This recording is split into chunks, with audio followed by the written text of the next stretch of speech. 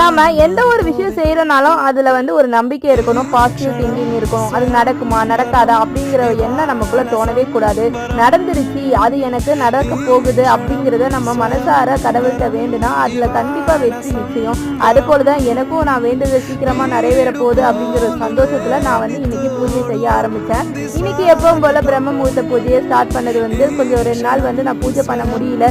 சரி எப்படா பண்ணுவேன் அப்படிங்கிற மாதிரி வெயிட் பண்ணிட்டு இருந்தேன். இன்னைக்கு எப்பவும் போல பூஜை பண்ண ஸ்டார்ட் பண்ணிட்டேன். இன்னைக்கு செவ்வாய்க்கிழமை வெற்றிலை தீபமும் போடணும். லாஸ்ட் வீக் என்னால போட முடியல. இந்த வீக் எல்லாமே நான் செஞ்சு முடிக்கணும் அப்படிங்கிற ஒரு நம்பிக்கையோட பூஜையை செய்ய ஸ்டார்ட் பண்ணிட்டேன். இன்னைக்கு பஞ்சபாத்திர தண்ணியை மாத்திட்டு பிரசாதமா ஆப்பிள் இருந்தது, அதை வச்சு சாமி நல்லபடியா கும்பிட்டேன். நெக்ஸ்ட் என் அப்பன் முருகனுக்கு கந்த சஷ்டி கவசமும் பாடி முடிச்சிட்டேன்.